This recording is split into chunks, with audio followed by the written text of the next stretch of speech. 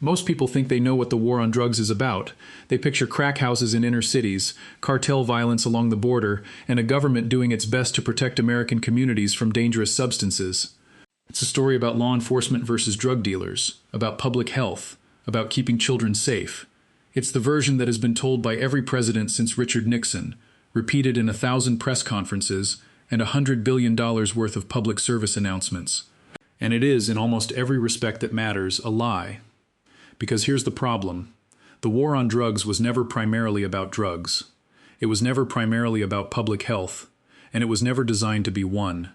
The American drug war is a political system disguised as a law enforcement campaign, and it was built, from its very first statutes to its most recent appropriations, not to reduce drug use but to control specific populations, to generate political power, to fuel an enormous economic machinery of incarceration and policing, and to protect the interests of institutions that profit from the war's continuation. And the evidence for this is not buried in conspiracy theories or revisionist speculation. It is in the public record, in the words of the people who created it, in the laws they wrote, in the agencies they funded, and in the outcomes they produced over 5 decades. The real origin of the American drug war involves a president who privately admitted that the entire campaign was designed to destroy his political opponents. It involves drug laws that were racially engineered from the very first statute, targeting specific communities of color with surgical precision while leaving identical behavior by white Americans largely untouched. It involves a government intelligence agency that facilitated the trafficking of the very narcotics it publicly claimed to be fighting, flooding American cities with drugs while Congress funded the agency's covert wars. It involves a prison system that transformed mass incarceration into a multi-billion-dollar private industry with a financial incentive to keep cells full. And it involves a pharmaceutical corporation that legally manufactured and aggressively marketed drugs that killed more Americans than every illegal substance combined, and whose executives, when finally held to account, received fines rather than prison sentences. The war on drugs is not a war against drugs, it is a war waged through drugs, against people. And the most unsettling part of this story is that the people who designed it said so, out loud, and the system continued anyway. So let's go back. Not to 1971, when Nixon officially declared the war on drugs, but to the 1870s, because the architecture of racially targeted drug prohibition in America is far older than most people realize, and its origins have nothing to do with science, medicine, or public safety. They have everything to do with race, labor competition, and political control. In 1875, the city of San Francisco passed one of the first drug laws in American history. It banned opium smoking dens. Not opium itself, which was legal and widely consumed by white Americans in patent medicines, tinctures, and over-the-counter remedies. The law specifically targeted the practice of smoking opium in dens, a practice associated almost exclusively with Chinese immigrants. Chinese laborers had been brought to California in enormous numbers to build the Transcontinental Railroad and to work in mines and factories. When the railroad was completed and the economy contracted, those same workers became economic competitors to white laborers. Anti-Chinese sentiment exploded. The opium den laws were not a response to a drug crisis. They were a tool for harassing, arresting, and marginalizing a racial minority that had become economically inconvenient. The drug was the pretext. The target was the community. This pattern repeated itself with chilling precision in the decades that followed. In the early 1900s, newspapers across the South began publishing stories about cocaine-crazed black men, claiming that the drug made them impervious to bullets, gave them superhuman strength, and drove them to attack white women. The stories were fabricated. They were designed to generate fear, and they worked. Dr. Hamilton Wright, the State Department's opium commissioner and one of the architects of early American drug policy, stated in 1910 that cocaine was the most threatening drug in America because of its effect on what he called the Negro population. The claims were not based on evidence. Black Americans used cocaine at rates comparable to or lower than white Americans. But the narrative served a purpose. It provided justification for increased policing of black communities and contributed directly to the passage of the Harrison Narcotics Tax Act of 1914, the first federal drug control law, which required registration and taxation of those who dealt in opium and coca products. The Harrison Act did not ban drugs outright, but it gave federal authorities the power to regulate, restrict, and ultimately criminalize drug use through selective enforcement, and that enforcement was, from the very beginning, racially targeted. Then came marijuana. In the 1930s, Harry Anslinger, the head of the newly created Federal Bureau of Narcotics, launched a public campaign to criminalize cannabis. Anslinger's arguments were explicitly racist. He claimed that marijuana caused white women to seek sexual relations with black men and Mexicans. He called it a drug that made darkies think they were as good as white men. He linked the drug specifically to Mexican immigrants and jazz musicians, communities that were already subjects of racial anxiety and social control. The Marijuana Tax Act of 1937 effectively criminalized cannabis nationwide. The American Medical Association opposed it, arguing that there was no scientific basis for the claims Anslinger was making. Anslinger ignored the medical establishment entirely. Every foundational drug law in American history, opium, cocaine, marijuana, targeted a specific racial minority. The drug was different each time. The mechanism was identical. Now, here is where the story escalates from racial prejudice embedded in old laws to deliberate political strategy at the highest level of American government, and this is the turning point that transforms the drug war from a series of racist statutes into a comprehensive system of social control. In 1968, Richard Nixon ran for president on a law and order platform. The country was in turmoil. The Vietnam War had split the nation. The civil rights movement had transformed the political landscape. Urban uprisings had erupted in dozens of American cities. Nixon identified two groups as the primary threats to his political coalition: the anti-war left and black Americans. And in 1971, he declared the war on drugs. The public justification was straightforward. Drug abuse, Nixon said, was public enemy number one. He called for a national offensive against drug addiction. He created the Drug Enforcement Administration in 1973 to coordinate federal drug enforcement efforts. But the private justification was something else entirely. In 1994, John Ehrlichman, who had served as Nixon's chief domestic policy advisor, gave an interview to journalist Dan Baum. The interview was published in Harper's Magazine in 2016. Ehrlichman's words are worth hearing in full because they are the most important single statement ever made about the true purpose of the American drug war. He said, and I am paraphrasing closely, that the Nixon campaign and the Nixon White House had two enemies: the anti-war left and black people.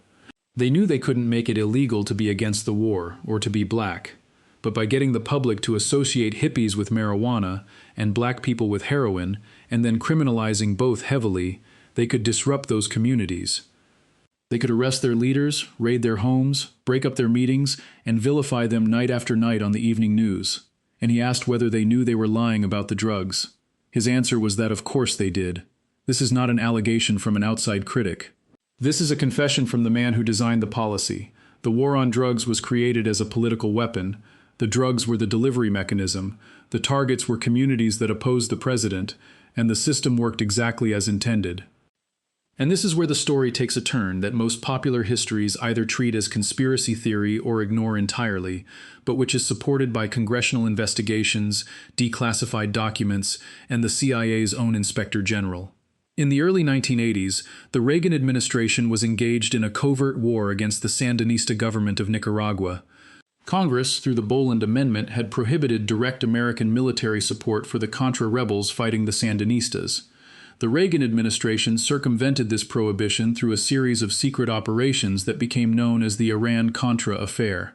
What is less commonly discussed is how the Contras funded their operations.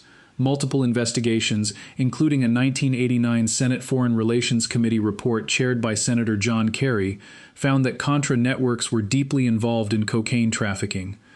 Drug shipments moved through Contra supply lines. Contra-affiliated organizations transported cocaine into the United States. And the CIA, which was coordinating and supporting Contra operations, was aware of the trafficking and at minimum turned a blind eye to it. In some documented cases, the agency actively protected known traffickers from law enforcement because they were considered assets in the anti-Sandinista campaign. The cocaine that moved through these channels entered the United States and found its way into American cities, particularly into black communities, in a new and devastating form: crack cocaine. Crack was cheap to produce, intensely addictive, and enormously profitable. It triggered an epidemic of addiction, violence, and community destruction that ravaged inner-city neighborhoods across the country throughout the late 1980s and early 1990s. Journalist Gary Webb, working for the San Jose Mercury News, published a series of articles in 1996 titled Dark Alliance, which documented the connections between Contra drug trafficking, CIA operations, and the crack epidemic in Los Angeles. Webb's reporting was attacked by the major newspapers, the New York Times, the Washington Post, and the Los Angeles Times, all of which published stories questioning his methods and conclusions. Webb was marginalized, lost his position, and suffered years of professional destruction. He died in 2004 from what was ruled a suicide. 2 years after Webb's series was published, the CIA's own Inspector General released 2 reports that confirmed many of his central findings. The reports acknowledged that the CIA had maintained relationships with known drug traffickers, that it had intervened to prevent law enforcement action against Contra-affiliated narcotics operations, and that the agency had received allegations of trafficking by its assets and failed to investigate them. The government agency charged with national security had facilitated the flow of drugs into the very communities that the war on drugs was supposedly designed to protect. And the policy response to the crack epidemic reveals the racial architecture of the drug war with devastating clarity. In 1986, Congress passed the Anti-Drug Abuse Act, which established mandatory minimum sentences for drug offenses. The law created a sentencing disparity that would define American criminal justice for the next 3 decades. Possession of 5 grams of crack cocaine, a quantity roughly equivalent to a few sugar packets, triggered a mandatory 5-year federal prison sentence. To receive the same 5-year sentence for powder cocaine, a defendant would need to possess 500 grams, 100 times as much. Crack and powder cocaine are pharmacologically identical. They are the same drug in different forms. The only meaningful difference between them was who used them. Crack was concentrated in poor, predominantly black urban neighborhoods. Powder cocaine was the drug of choice in affluent, predominantly white circles. The 100-to-1 disparity was not based on any scientific assessment of relative harm. It was a policy choice that guaranteed disproportionate imprisonment of black Americans. And it worked with extraordinary efficiency. The American prison population, which had remained relatively stable at around 300,000 for most of the 20th century, exploded. By 1990, it had exceeded 1 million. By 2010, it had reached 2.3 million. The United States, with roughly 5% of the world's population, held approximately 25% of the world's prisoners. The racial disparity was staggering. Black Americans used drugs at rates comparable to white Americans, but they were arrested, prosecuted, and imprisoned at rates vastly higher. At the peak of the drug war, black Americans were approximately 13% of the population, roughly 13% of drug users, but accounted for roughly 35% of drug arrests and over 45% of those in state prison for drug offenses. And this mass incarceration did not simply happen. It was incentivized. Throughout the 1980s and 1990s, a private prison industry emerged that transformed incarceration from a public obligation into a profit center. Companies like the Corrections Corporation of America, now known as CoreCivic, and the GEO Group built and operated prisons under contracts with federal and state governments. Those contracts frequently included occupancy guarantees, clauses requiring the government to keep the facility at 80 to 90% capacity or pay the company for empty beds. The financial logic was stark. More prisoners meant more revenue. Fewer prisoners meant breach of contract. These companies spent millions on lobbying, contributing to campaigns, and advocating for policies that increased prison populations, including mandatory minimums, 3-strikes laws, and the criminalization of minor drug offenses. Civil asset forfeiture added another economic dimension. Federal and state laws allowed law enforcement agencies to seize cash, cars, homes, and other property from individuals suspected of drug involvement, often without charging them with a crime, and in many cases without ever returning the property even when no charges were filed. Between 2001 and 2014, the Department of Justice's Asset Forfeiture Fund took in over $36 billion. This money went directly to law enforcement agencies, funding equipment, vehicles, and operations. It created a financial incentive for policing that was entirely independent of public safety outcomes. The drug war had become self-sustaining, not because it was reducing drug use, which it was not, but because too many institutions depended on its continuation for their budgets, their contracts, and their political relevance.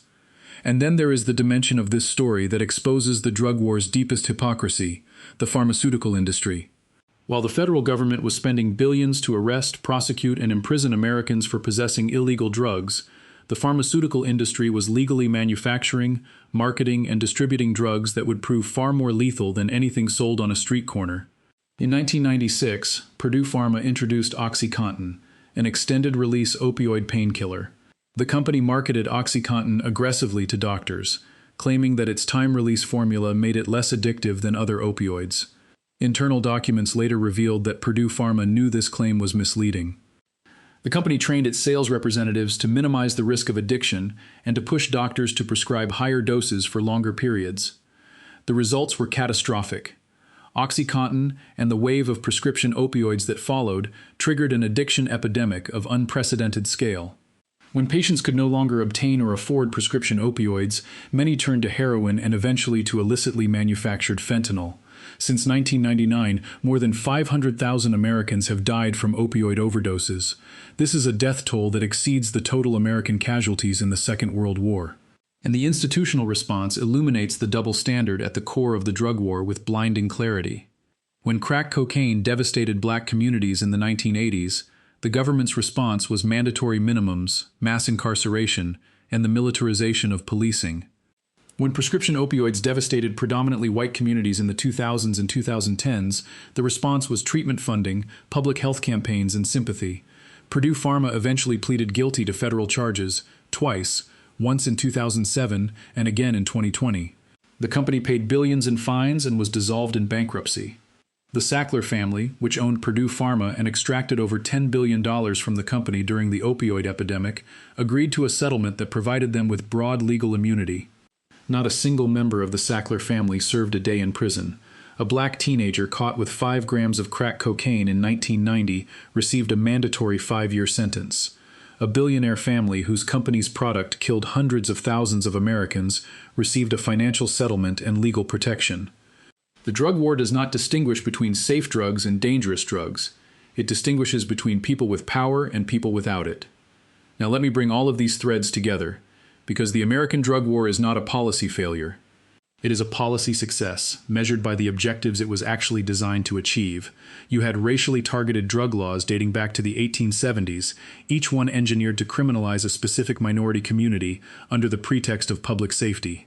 You had a president who privately acknowledged that the war on drugs was created to destroy anti-war activists in black communities, and who built the institutional apparatus, the DEA, the scheduling system, the mandatory minimums, to carry out that mission. You had a government intelligence agency that facilitated the trafficking of cocaine into the communities it was supposedly protecting in order to fund covert military operations that Congress had explicitly prohibited. You had a sentencing system that punished crack cocaine possession 100 times more harshly than powder cocaine, despite them being the same drug, because of who used which form.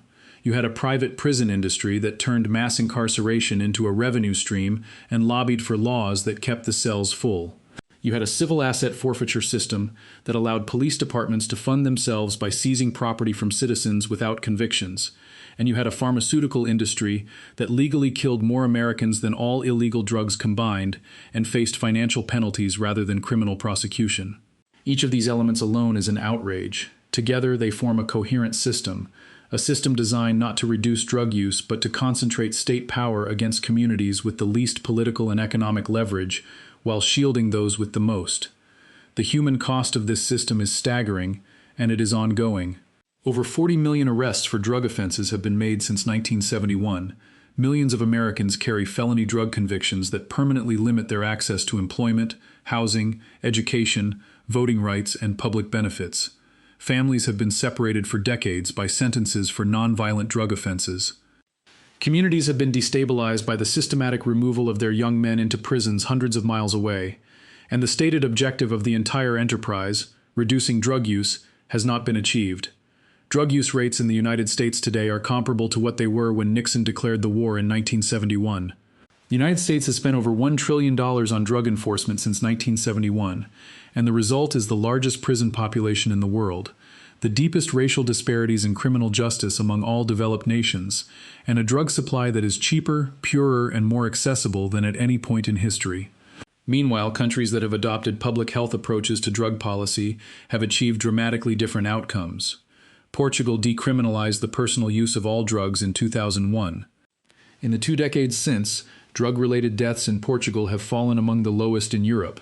HIV infections among drug users have plummeted, and the country has not experienced the surge in drug use that critics predicted.